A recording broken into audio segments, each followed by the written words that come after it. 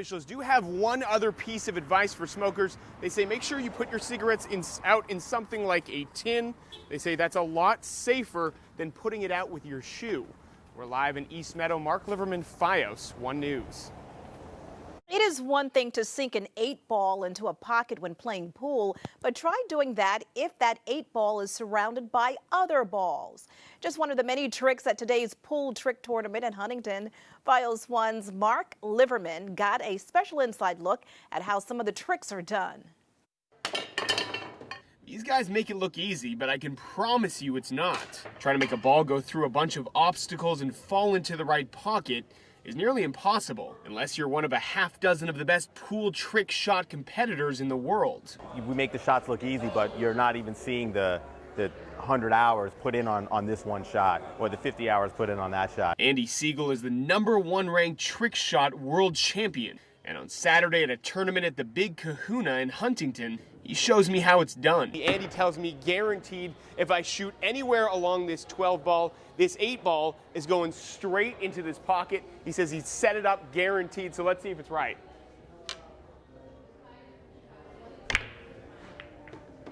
We have a winner. Better than me. Thanks, Andy.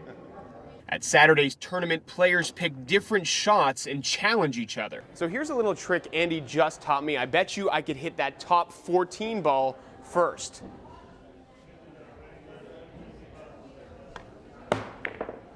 Eighth time's a charm. Unlike me, Andy's been doing this for 13 years. My first trick shot tournament I went to on ESPN, I went with 12 shots. Okay, now I have hundreds of shots, and some of them are invented, and some of them are borrowed from other players. And a lot of the shots, when you come up with them, are concepts that you just mix and match in different ways. And those concepts seem to be working for Andy, a 4-time trick shot world champion. In Huntington, Mark Liverman, FiOS 1 News. A Nassau County man is speaking out tonight, claiming that his elderly father was beaten and abused at an extended care facility. FiOS 1's Mark Liverman has the story. When the employee get him in and out of bed, the employee hits him on the back and on his legs, open hand and punch. It's not an easy task for William Wright to describe the abuse he says his father suffered at the hands of a caretaker at Nassau Extended Care in Hempstead. It's even more difficult for him to listen to his father, Quince, describe the abuse. He beat you how?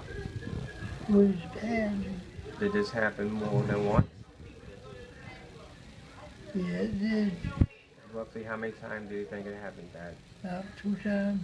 According to a police report Wright filed, a nursing supervisor performed a visual body scan but found no sign of abuse. But Wright says that doesn't mean it didn't happen. They said there are no visible marks and stuff, but you can hit a person on the back, open hand, and punch without leaving a mark and stuff.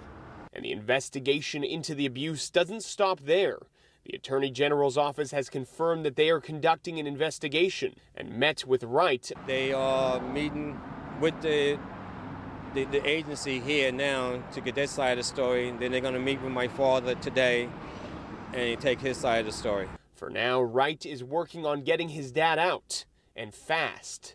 Waiting to hear from social service on when we could relocate him and which facility they got a bed that could take him. Now, I did reach out in person to Nassau Extended Care, but so far their administration says they have no comment.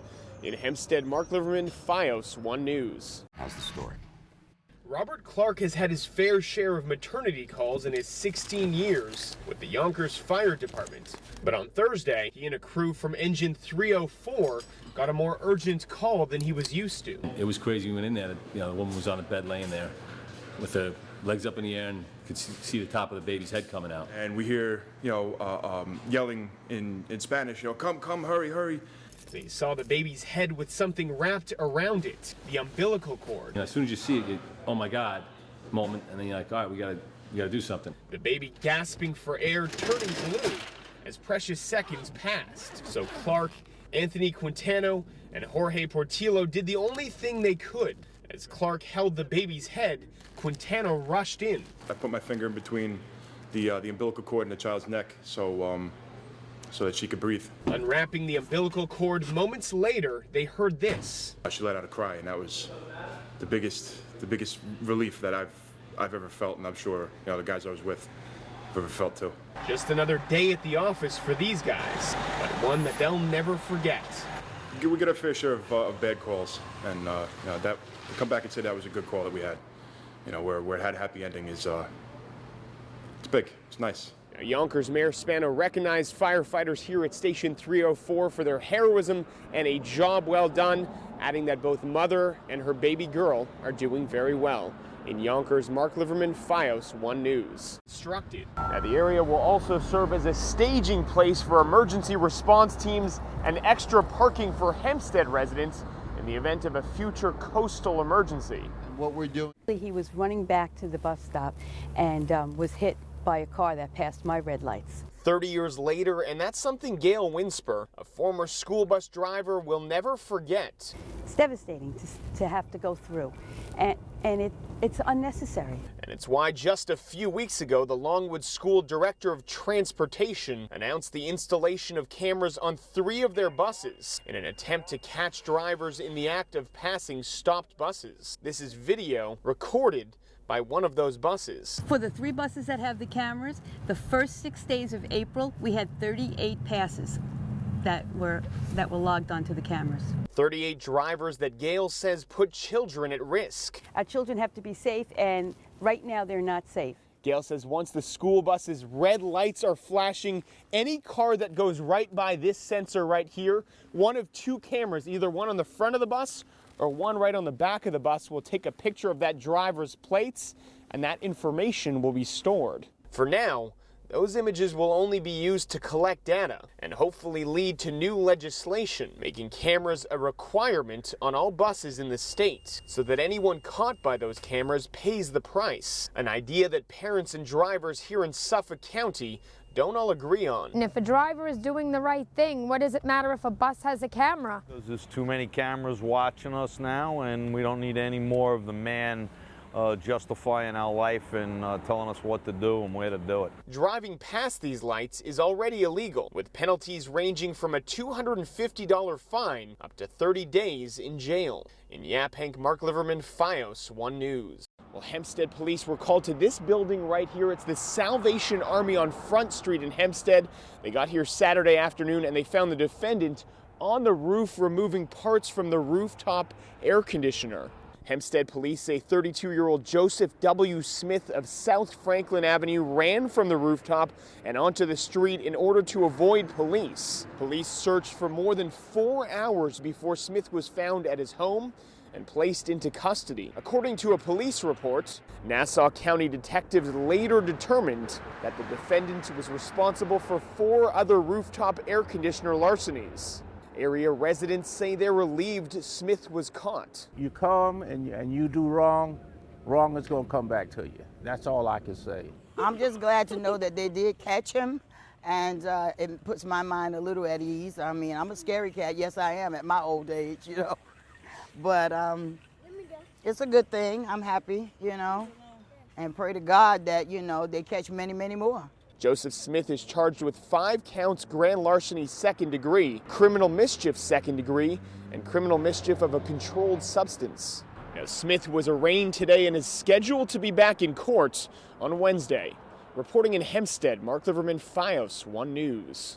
Well, really quiet out here right now. Hard to imagine that just over 24 hours ago, a body was found inside this home. Now, most of the afternoon, there really hasn't been a lot of activity on the property or in the area to speak of. But around 4 o'clock, we did see a Nassau County police cruiser pull up and have a word with 2 of the residents inside.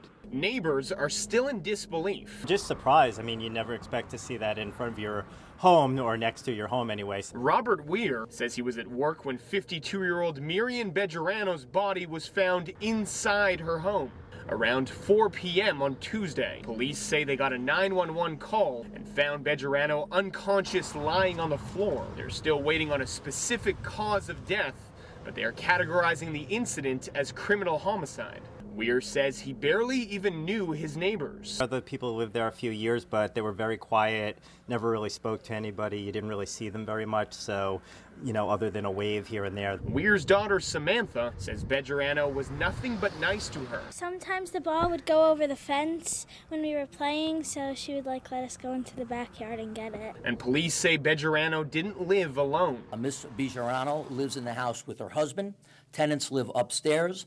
Her son, who was at work at the time, lives in the basement. Chief of Detectives Kevin Smith says the homicide wasn't a random act of violence, but he says there haven't been any previous calls to the house for any type of violence. This as neighbors come to terms with Bejarano's death. Weir hopes her killer is found, and fast. Whoever it is, I just hope they're caught and, dealt with, because it's a, terrible situation. Of course, as soon as we get any more details, including the exact cause of death, we'll let you know. In East Meadow, Mark Liverman, FiOS 1 News. Seriously injured. That's how police are describing a woman's condition after they say she was violently assaulted and left here at an exit off Southern State Parkway on Monday. The man they say is responsible, 38-year-old Antoine Smiley of Bayshore. I am totally shocked. That's very scary because, my kids are always outside. They're riding bikes. Sometimes they go up and down the block, but I'm always there. But I'm just, oh my God, that's very scary. Damaris Perez, Smiley's neighbor, says they never met. This in a neighborhood that Perez can only describe as calm and peaceful. I love this neighborhood and never had any problems. But I'm just shocked at what's going on. It's like now I'm getting scared, especially for my kids. Police say on Monday a passing driver saw the injured woman off the exit and called 911. As soon as troopers got on scene, she was brought to an area hospital. Police say it was an investigation that revealed that Smiley, already on parole, violently assaulted and robbed the woman before leaving her on the side of the road. On Friday, I went to speak to anyone who he might have lived with, but as it turned out, no one was home. This as neighbors like Perez wait for answers. Something has to be done, because this is not safe and I want justice to be served there. Well, police haven't said what led them to Smiley or if he and the victim knew each other before they say he beat her and left her to die just a few hundred yards from this very spot. In Babylon, Mark Liverman, FiOS 1 News. Trees really aren't the only thing residents out here are upset about. This beautiful grass out here too, that's about to go as well, exactly like on that side. We're talking about the same type of concrete. Or just a few hundred yards away from where that driver hit the pedestrian, just a few hundred yards in that direction on North Bicycle Road, and this all happened around 5 o'clock this afternoon. Suffolk County Police say the female pedestrian was crossing North Bicycle Path Road near Jefferson Drive when she was hit by the male driver. She was taken by ambulance to Stony Brook Hospital. Right now, we don't know what kind of condition she's in, but you can see that smashed windshield where she might have been struck. Police say their investigation is ongoing. Well, police did confirm that the driver stayed at the scene, but they haven't confirmed yet if any charges will be filed. In Port Jefferson Station, Mark Liverman, FiOS 1 News. Survivor is accepting food donations too. These are the guys right here that are making it happen. These young guys are taking all the food donations out front and they're moving it out back, and that's where it's going to be transported to the local food pantry. More than 100 people stopping by to draw. The illusion of it floating. Well, one of the most impressive parts of the School of Business is actually the state-of-the-art classrooms. Technology that allows students here to communicate with other students and teachers all over the world in real time.